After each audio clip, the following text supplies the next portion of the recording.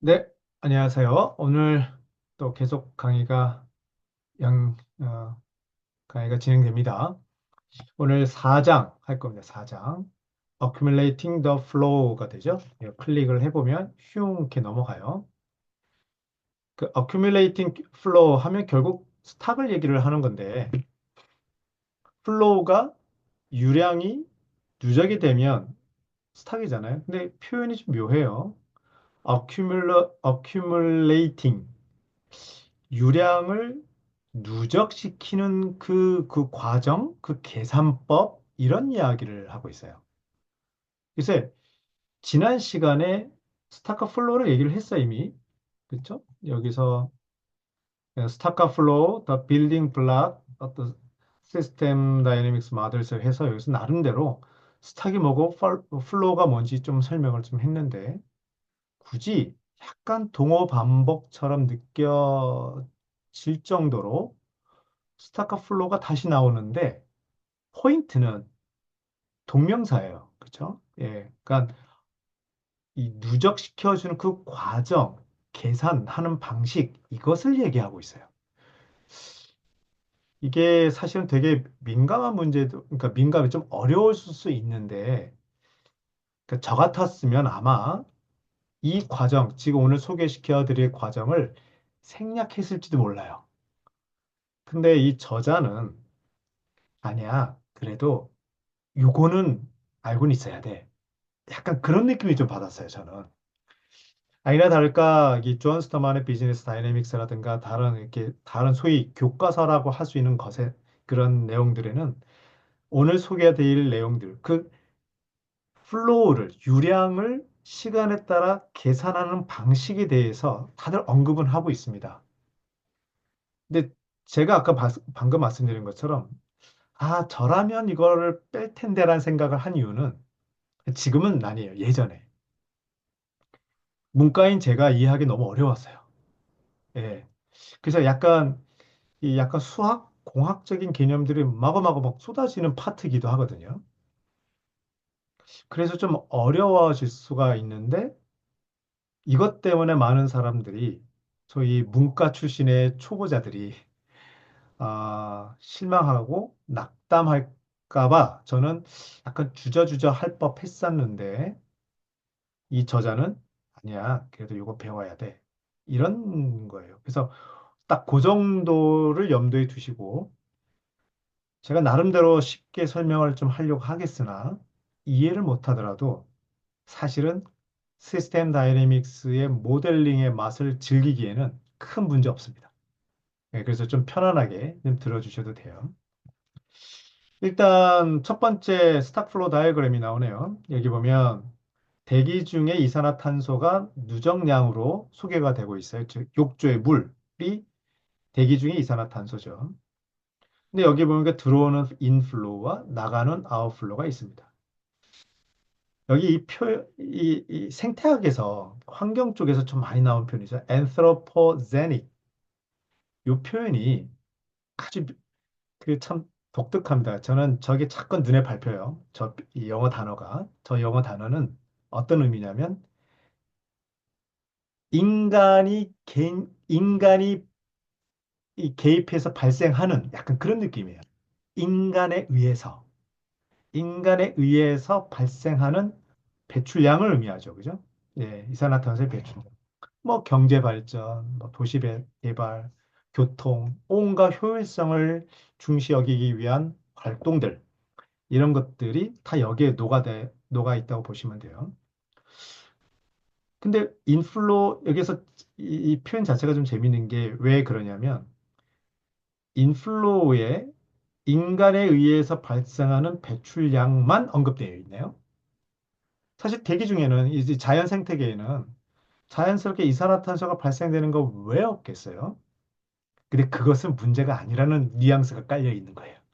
예. 자연적으로 발생하는 이산화탄소, 자연적으로 그러니까 그런 것들은 사실 큰 문제가 안 돼. 이놈의 인간의 문제야. 약간 이런 뉘앙스가 좀 깔려 있는. 네. 그래서 제가 봤을 때 좀 약간 재밌는, 저한테는 좀 재밌는 포인트였어요. 아무튼 인플로우입니다. 인간에 의해서 배출되는 이산화탄소가 이렇게 되어 있고요. 나가는 것도 있어요. 왜 없겠냐 이거죠. 예. 보니까 net removal이라고 되어 있네요.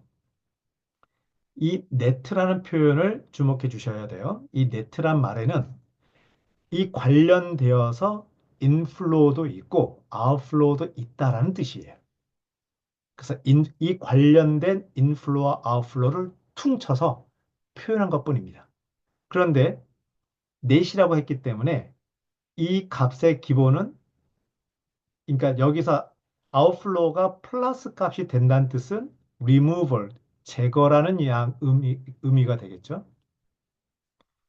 만약에 여기서 좀 복잡하게 모델링을 했다면 양방향 화살표, 바이플로우를 해서 뭐 이런저런 이야기를 할 수 있을 텐데 아무튼 다시 돌아와서요. 나가는 것도 있다 이거예요. 네트라는 것은 발생량도 있으나 그것은 제거하고 이게 관련돼서. 그래서 여기 보면 제가 왜 이렇게 길게 표현하냐면 아까 anthropogenic하고 연결해서요. net removal to biomass, soil이죠. 네.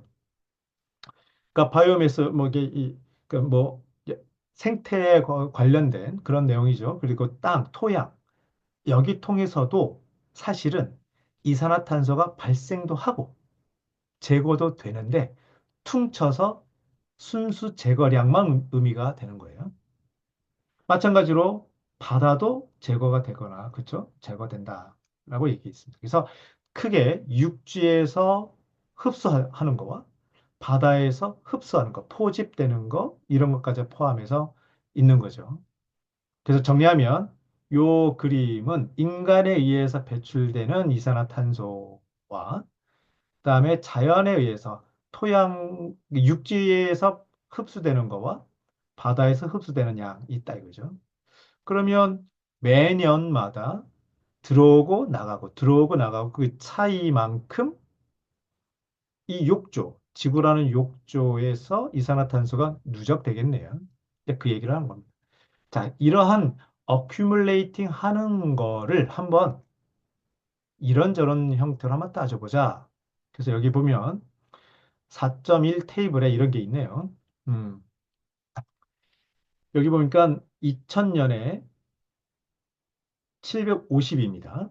그리고 이게 인플로어에 해당이 되고 아웃플로우죠. 따라서 플러스 마이너스 이렇게 해서 그 다음 계산하면 될 거예요. 그래서 한번 해볼까요? 그래서 이거를 제가 이제 일일이 캡처해가지고 했었었는데요. 자, 그러면 자 계산을 좀 어디 보자. 어디지? 오케이. 자, 이렇게 해서 계산해보죠. 네. 뿅, 뿅, 뿅. 네. 자, 750에서 이제 그쵸? 그러면 750, 750에서 들어오는 게 얼마예요? 6.4, 6.4. 아이고, 잘못했네요. 네. 뿅. 750에서 더하기 6.4. 그다음에 빼기 1.0, 다시 빼기 2.0 하면 얼마? 753.4가 나오죠. 근데 이거 봐라. 784라 그랬어요. 그 이유가 왜 그럴까요?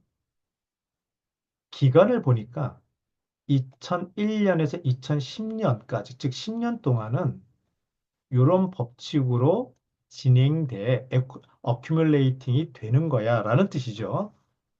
따라서 6.4가 더해지고 1.1, 2.2, 2.0이 빠지는 양상이 매년 얼마 동안? 10년 동안 지속된다는 거잖아요. 이제 그걸 고려해야 되겠죠. 따라서 먼저 요거를 10년치로 계산해야 되겠어요.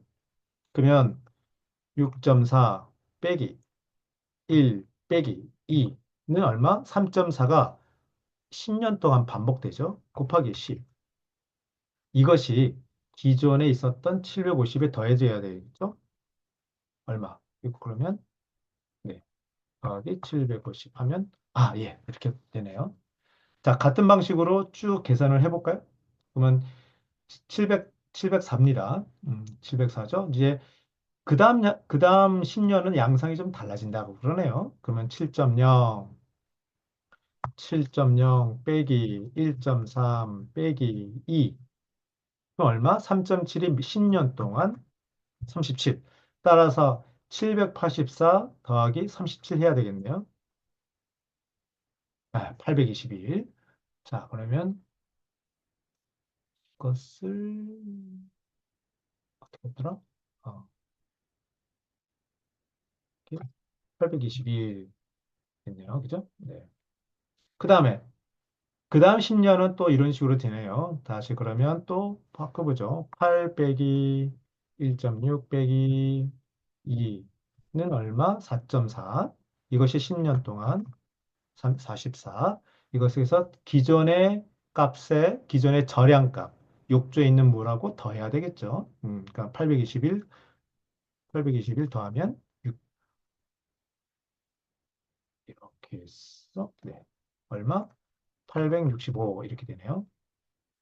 자, 그 다음에는 9.0, 네, 뭐 이런 식으로 하는 거죠. 좀 빨리 해볼까요? 9.0 빼기 1.8 빼기 2는 5점인데 곱하기 10년 했고, 865로 더해야 되겠죠. 865 더하면 917. 그래서 917. 자, 그 다음에 10. 네. 10 빼기 1.9 빼기 2 하면 이것이 곱하기 10년 하고 그럼 61. 865에서 여기 865에서 865 맞죠? 917이군요. 아이고. 아이고. 얼마였죠? 네, 다시.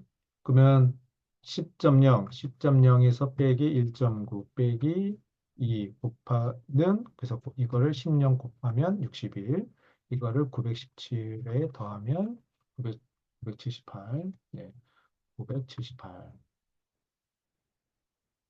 자, 이렇게 됐고, 그 다음에, 또 봅시다. 11.3. 되게 쉽죠? 그러니까 제가 이게 일일이 이렇게 계산하는 이유는, 별거 아니구나. 아, 하지만 약간 좀 지겹네. 약간 이런 느낌만 가지시면 돼요. 네. 그렇죠? 실제 그렇죠. 자, 이렇게 해서 곱하기 10년 53을 더해야 되겠네요. 978 그러면 1031 이렇게 됐습니다. 그다음에 그다음 10년 12.7 빼기 2 빼기 2 하면 네 곱하기 10년 하면 67 맞나? 67, 67, 44. 좀 이상한데, 이거? 네, 다시 해볼까요? 네. 좀 계산 잘 되고 있나요? 그, 겸산해 주셔야 돼요. 네. 빼기 2 하면. 그렇지, 8.7. 도중에 좀 이상한 것 같은데, 왠지. 네. 그래서 8.7. 이게 계산하면 이게 빠지네. 제가 뭔가 실수했을지도 몰라요. 예, 잘 지켜보시고, 내가 혹시 틀렸으면 나중에 이 영상 이후에 유튜브 영상 이 댓글이라든가 이 설명란이라든가 홈페이지에 수정해 놓을 테니까 따라와 보시죠. 그냥 일단 한번 가봅시다. 다시 계산할게요. 네. 12.7 빼기 2 빼기 2면 8.7 이것을 10년 차면 87. 그렇죠? 이거를 1031 하면 110. 그래서 1118 다시 14. 네. 14.2 아이고 빼기 2 빼기 2면 10.2 이거를 10년 차 그다음에 더하기 1118 하면 오케이. 그래서 1220 이렇게 되네요. 다음에 16 빼기 2 빼기 2는 12 곱하기 10 하면 120. 그러면 이것을 더하기 120 하면 1340. 1340. 네. 그다음에 18 빼기 2 빼기 2 하면 얼마? 14. 이거를 10배 하면 140. 이렇게 하면 13, 아이고, 140 더하기, 아이고, 내가 뭐하니? 3 더하기, 얼마죠? 1340. 예. 1340 하면 1480. 예. 1480. 일단 도중에서 좀 계산이 좀 꼬여가지고 이게 1500이 나와야 되거든요. 아마 여기서 계산이 약간 어긋난 것 같아요. 하여튼 이런 식으로 계산할 수 있어요. 그래서 이런 계산법을 여기 numerical simulation이라고 그래요. 그러니까 하나 일일이 계산한다는 뜻이에요. 그래서 이거에 대한 반대말은 analytic simulation이라고 그래요. 그러니까 해석적으로 y는 ex 뭐 이런 식 y equal ex 뭐 이런 식으로 수식에 의한 또 함수에 의한 계산하는 거를 analytic simulation이라고 그러고 일일이 그때그때 값을 대입해서 이런 식으로 계산하는 걸 numerical simulation이라고 그래요. 여기 스텔라와 벤심에서는 이런 식으로 스텝 바이 스텝으로 한다고 그랬죠. numerical simulation을 기본적으로 하고 있습니다. 그러다 보니 스텝 사이즈라는 게 중요하게 돼요. 네, 스텝 사이즈. 네. 요 스텝 사이즈. 이 스텝 사이즈는 과연 무엇인가? 이것이 다른 말로는 델타라고도 하는데요. 시간의 길이에요. 간격. 그래서 요거를 저자인 앤드류 포드는 이 시스템 다이내믹스를 배우시는 분들한테 얘기하고 싶은 거예요. 저 스텝 사이즈가. 그래서 오늘의 주제는 스텝 사이즈입니다. 그래서 관련해서 제가 블로그 글을 좀 썼는데 여기서 있네요. 네. 그럼 이걸 가지고 잠깐 좀 소개해 드릴까요? 네. 일단 블로그 형태로 좀 글을 좀 써봤어요. 스텝 사이즈 개념에 대한 1단계 해설. 또 여러 단계가 있다는 얘기도 하죠. 그죠? 네.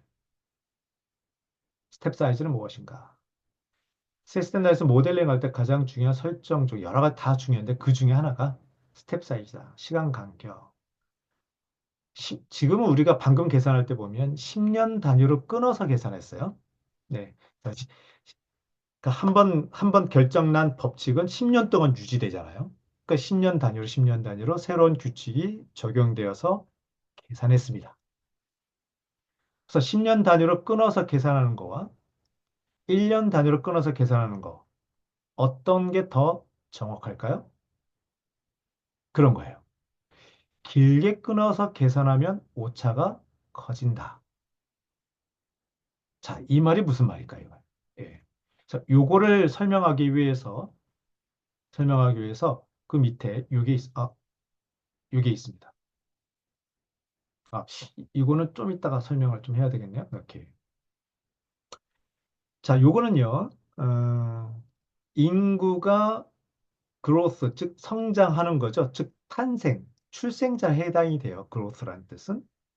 인구가 인구에 의해서 영향을 받는데 얼마만큼 growth rate, 이 일정 정도의 비율로 총 인구의 일정 비율이 출생자가 되어서 추가된다 이거죠.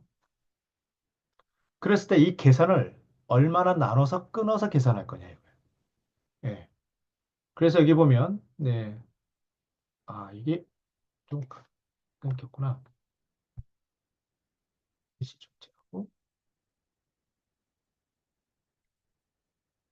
자, 이거를 오케이.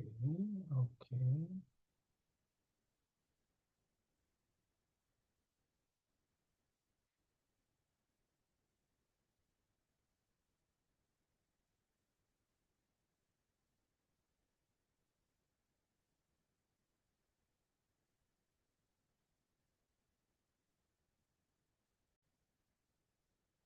그래서 보면 파퓰레 1번 그래프와 2번 그래프가 있네요. 1번 그래프는 선형적으로 쭉 올라갑니다. 그게 위나 아래나 똑같아요. 선형적으로 계산한다는 거. 이것이 방정식에 의한 계산법이에요. y는 ax 뭐 이런 식으로 매 순간순간마다의 변화율을 다 연결해서 촥 이어보니 저렇게 됐다라는 건데 여기에서 자연상수 2가 나오긴 해요. 그래서 넘어가도 됩니다. 중요한 거는 위와 아래 그래프 중에서 달라진 면을 좀 봐야죠. 쭉 매끄럽게 연결되는 선은 똑같은데 이 톱니바퀴는 다르잖아요. 그렇죠? 이 톱니바퀴의 의미가 뭐냐 이거죠. 여기 보니까 2번 그래프는 population if DT가 1년일 때라고 했네요. 그리고 그러면 네. 그렇죠? 델타 타임 즉 계산하는 몇 년의 그러니까 시간을 얼마나 짧게 얼마나 길게 끊어서 계산할 거냐. 근데 계산을 1년 단위로 계산한다는 뜻이에요. 음. 자, 1년 단위로 계산하는데 이렇게 계단식으로 올라가네요. 근데 하필이면 아니나 다를까 그 계단의 간격이 1년 단위로 바뀌네요. 그죠? 잘 들으세요. 그래서 요게 무슨 뜻이냐? 1년이 되기 전까지 똑같은 값이 유지가 되죠? 그러다가 1년이 지나자 갑자기 바뀝니다. 이게 뉴메리컬 계산법에 의한 내용이에요. 즉, 1년 단위로 계산하라 했으니 연말에 계산해서 반영한 거예요. 그러면 바로 계산하기 직전은 연초하고 똑같죠. 이게, 이게, 이게, 이게 오류가 생긴 거 아니겠어요? 실제로는 여기 매끄럽게 올라가는 거, 짠, 어디 보자. 여기 있다. 오케이. 이거는 잠깐만 기다려 주세요. 야, 왜 안 나와?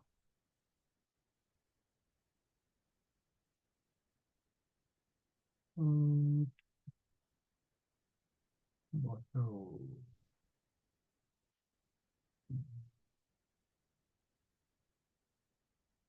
로지텍스, 로지텍스, 로지텍스. 오케이.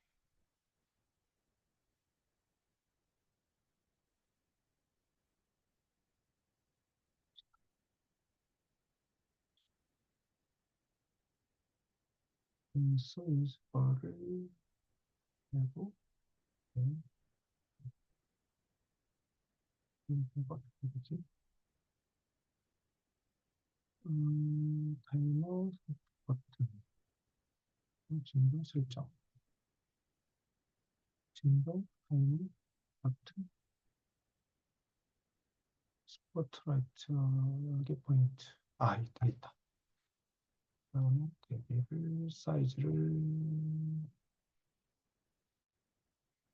좀 더 줄일까요? 좀 더 줄일까? 아, 속도. 씨, 너무 줄였네. 아, 이거를 영어 안 해서 그런가? 오케이, 아까보다 좀 작아졌죠? 오케이. 됐어, 됐고. 무슨 얘기 하다 말았지? 자, 여기서 1번 그래프는 매끄럽게 진행되는데, 그러니까 말하자면 실제 이렇게 매 순간순간마다 변하고 있단 말이에요. 그런데 2번 그래프 보면 그런 변화를 무시하고, 예, 무시하고 1년 뒤에 나서야 계산해서 반영한다는 거죠. 그 이만큼의 요 빈 공간만큼 오차가 발생하잖아요. 그렇죠? 그런 식으로 계속 하니까 급기야 나중에는 1년 뒤에 계산했을 때 만나지도 않네요. 처음에는 만났어. 근데 안 만나네. 야, 만나는 것이 점점 벌어지고 있어요. 밑에 보니까 델타 타임이 half a year, 즉 6개월마다 하네요. 6개월마다 하니까 계단으로 올라가는 게 6개월마다 한 번씩 생기는 겁니다. 그렇죠? 그래서 더 촘촘해졌어요. 아하, DT가 줄어들면 줄어들수록, 즉, 끊어서 계산하는 시간의 길이가, 이게 제가, 제가 오른쪽에 있다 보니까 잘 안 보일 수도 있겠네요. 음, 이렇게 해야 되겠군요. 시간의 길이가 줄어들면 줄어들수록, 네, 더 정확해지네요. 그죠? 그러면 시간의 길이가 끊어서 계산하는, 즉 DT가 길어지면 길어질수록 듬성 듬성 듬성 계산하다 보니 실제와 음, 옷, 이 진짜 다른 그 오차가 점점 커지는 걸 느낄 수 있습니다. 네. 바로 이것이 시스템 다이내믹스 할 때, 그 이 모델링 할 때 처음 세팅하는 바로 그 델타 타임을 의미합니다. 한번 볼까요? 여기, 여기 보시는 것처럼, 예, dt 4분의 1로 돼 있네요.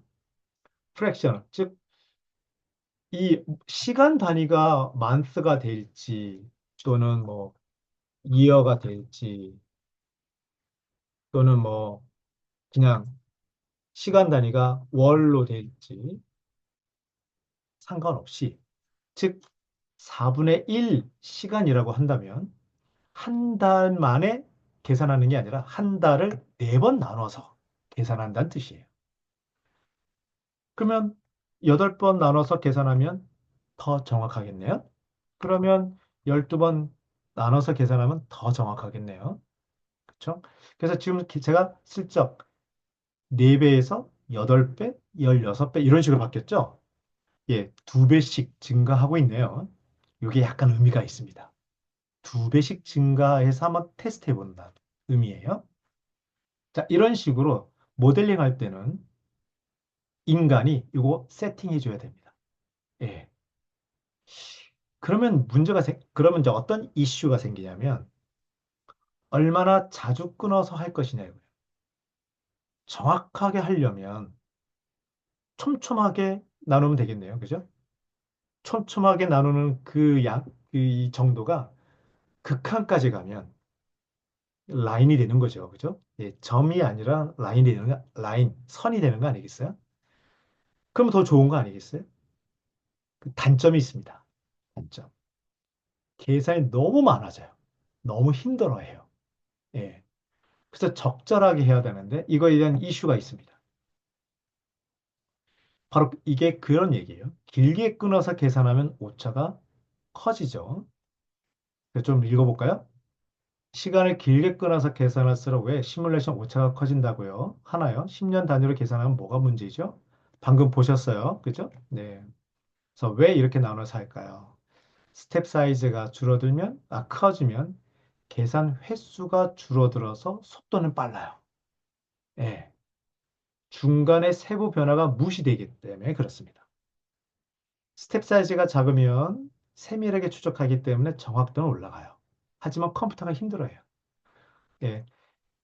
이- 근데 기술이 좋아지다 보면 예전에 상상도 못할 정도로 더 스텝 사이즈가 잘게 잘게 쪼개지는 경향도 있어요.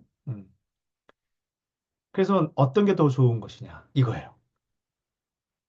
요게 시스템 다이내믹스를 컴퓨터 시뮬레이션을 모델링하는 사람들은 꼭 명심해야 됩니다.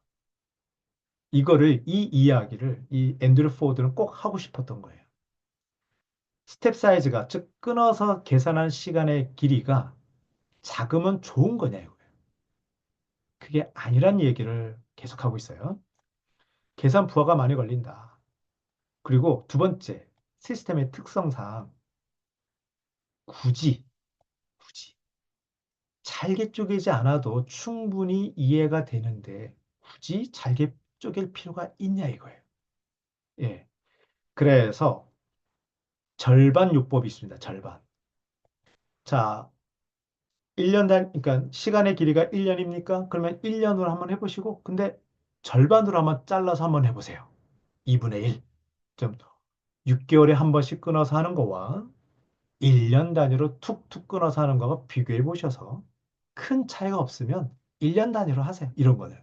근데 방금 우리가 본 것처럼 1년 단위로 끊었을 때와 6개월 단위로 끊어서 계산했을 때 오차이가 크다는 걸 확인했어요.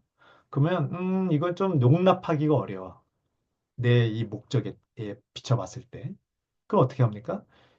2분의 1로 해야죠. 근데 2분의 1보다 혹시 더 잘게 쪼개면 어떨까? 4분의 1로 또 쪼개보는 거예요. 그래서 4분의 1과 2분의 1 차이가 꽤 있네. 이건 내가 용납 못해. 그럼 어떻게 합니까? 4분의 1로 가는 거죠. 근데 왠지 이렇게까지 가다 보니까 4분의 1하고 4분의 1하고 8분의 1은 어떨까? 이런 생각도 들지 않겠어요? 그래서 4분의 1과 8분의 1 또 비교하고 16분의 1과 8분의 1을 또 비교해보고 이런 식인 거죠. 그래서 보통 기본 이 벤심도 아마 그럴 것 같은데 이 스텔라에서는 기본으로 4분의 1로 하고 있습니다. 주인님이 생각하는 시간의 길이가 뭐가 될지언정 한 달입니까? 한 시간입니까? 1년입니까? 그게 시간 단위가 뭐가 될지언정 기본으로는 네 번 나눠서 네 번 끊어서 계산할게요. 이런 게 있어요. 경험적으로 네 번 정도 끊어서 계산하니까 큰 차이가 없더라. 이게 좀 있어요. 하지만 얼마든지 바꿀 수 있습니다. 예. 그 이야기를 꼭 하고 싶어서 앤드루 포드가 좀 길게 설명하고 있어요. 10년씩 끊어 계산해도 이론적으로 맞는 건가요? 왜 오차가 심해지나요? 그에 대한 대답은 연속적으로 시간을 쪼개서 잘게 쪼개서 누적하는 방식으로 계산하고 그러다 보니 매년 변해야 할 부분을 한 번에 처리해 버려서 누락 과장되는 근사 오류가 커진다. 그래서 더 짧게 해야 된다. 아무튼 기타 등등 그런 얘기죠. 그래서 결론 말씀드리죠.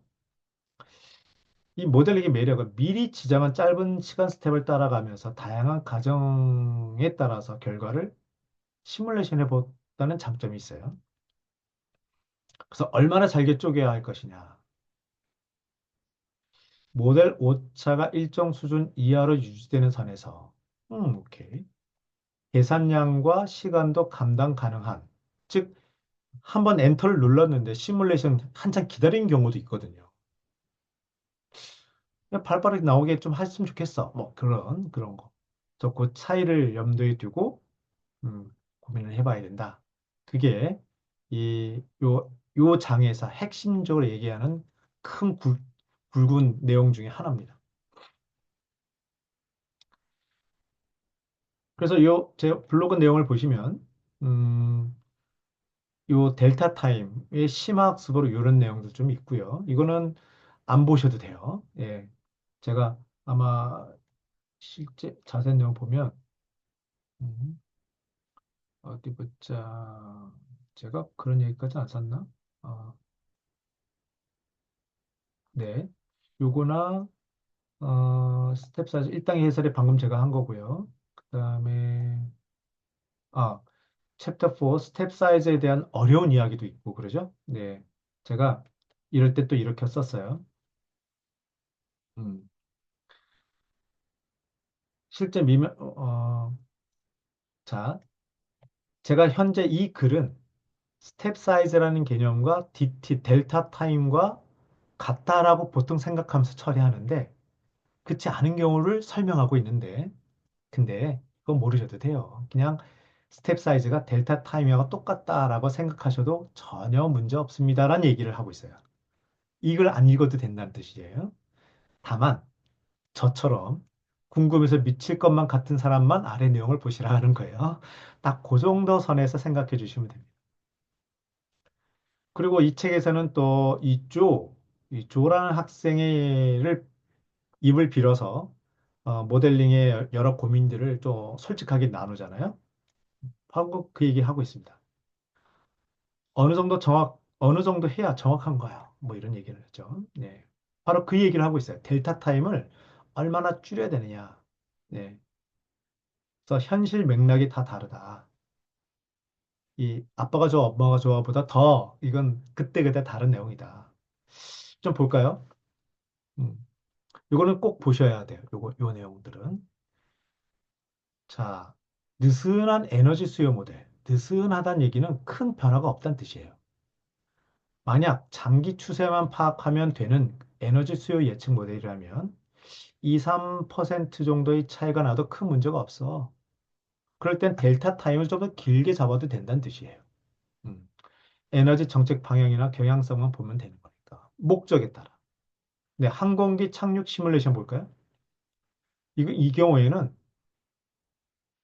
1%의 오차도 치명적일 수 있어요. 그럼 어떻게 해야 됩니까? 잘게 계산해야 되겠죠. 그렇죠? 그래서 전체 패턴이 중요하냐, 최종값이 문제도 중요한 쟁점이 되는데. 자, 볼까요? 시뮬레이션 결과가 전 구간에서 잘 맞아야 하느냐, 아니면 마지막 시점에만 맞으면 되느냐. 이것도 역시 목적에 따라 이 변화되는 그 패턴을 우리가 유심히 보고 싶어 할 때, 그때는 더 정밀한 결과를 봐야 되겠죠. 근데 그래서 어쩌라는 거야? 그래서 이렇게 올라가니까 저렇게 내려가는 거야. 그래서 이 결과, 마지막의 결과물의 양상, 그것이 사실 중요한 시사점이라면, 이 뜨문뜨문, 예, 이 끊어서 계산하는 시간의 길이를 좀 길게 해도 상관이 없다.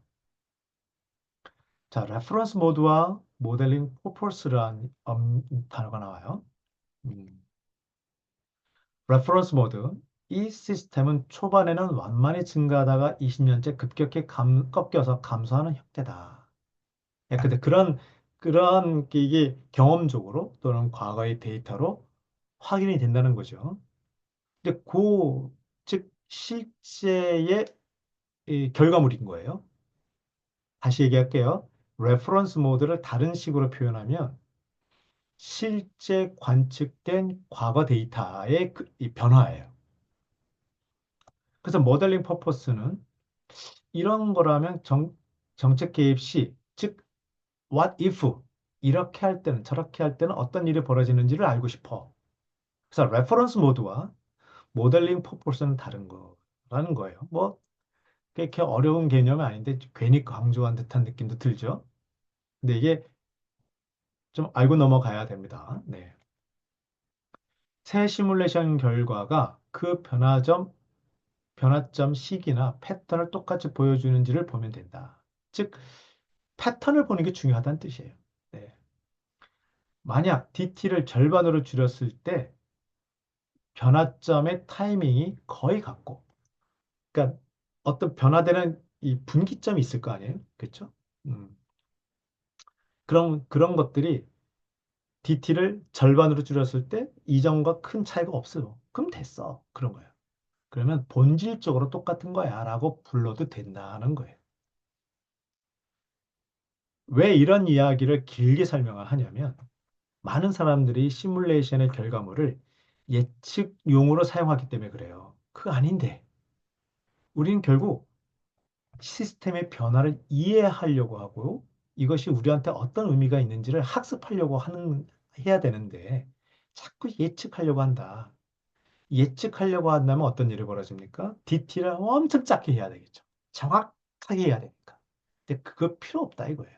네. 정밀 예측보다는 변화의 양상에 대한 이해와 학습을 목적으로 해야 된다. 이 얘기를 엄청 강조해서 쓰고 있는 거예요. 이 저자는. 그래서 어떤 특정 숫자, 몇 년, 몇 년도, 얼마 이거보다는 패턴이 중요하다. 예컨대 2050년에 7,500명이 될지 7,400명이 될지보다 그때쯤이면 감소되는구나. 그때쯤이면 상승되는구나. 이게 중요하다는 거예요. 그래서 오차에 대해서 오차가 얼마나 있어야 좋아? 이거 어리석은 질문이라는 거예요. 네. 그래서 결론으로 말씀드리면 조의 질문 How close is close enough? 그렇죠? 네. 모델링 목적에 따라 요구하는 정확도는 다 다르다.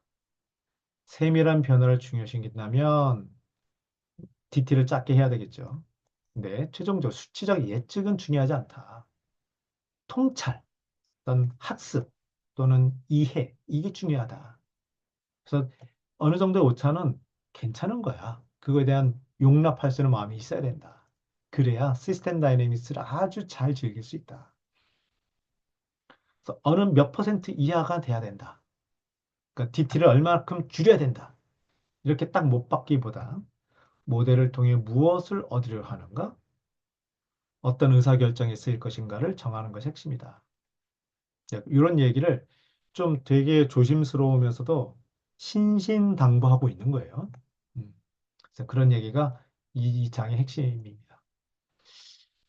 자, 요 얘기를 실제로 얼마나 구체적으로 달라지느냐 하는 것을 여기 밑에 써놨어요. 네.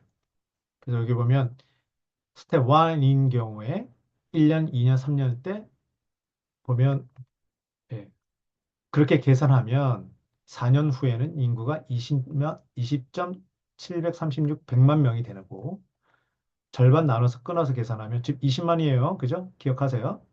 그러면 밑에 보면 21만 명이 됩니다. 달라지죠. 최저값도 달라져요. 그런데 실제 그 매끄럽게 움직였던 그 라인에 따라서 계산하면 네, 실제로는 22만 명이에요. 그러니까 22만 명보다 못 미치죠. 그죠? 네, 못 미치죠. 그러니까 그만큼 오차가 있게 되는 거예요. 네, 이제 그거를 친절하게 설명해 놨는데 이해하실 분만 아마 이해해 보셔도 되고요. 중요한 포인트는 제가 충분히 설명했으니까 이해가 되신다면 넘어가셔도 됩니다. 이제 오늘의 두 번째 중요한 포인트 설명해 드리죠. 네. 지금 보시는 것은 인플로우와 아웃플로우의 양상이에요. 그러다 보니까 이 그죠? 네. 연하게 색칠해진 것이 인플로우죠. 네. 그래서 인플로우는 변동이 생기네요. 그다음에 여기 아웃플로우는 고정되어 있다는 뜻이네요. 음, 이런 경우에 스탑, 얘네들이 들어오고 나가고 더하기 빼기 하면 남는 것들이 계속 누적된다는 거잖아요. 그러면 누적되는 양상을 생각해 보자라는 거죠. 그러면 질문이 이겁니다. 이게 저수지라고 했을 때, 음, 가장 저수지의 물의 양이 많을 때는 언제냐 이거예요.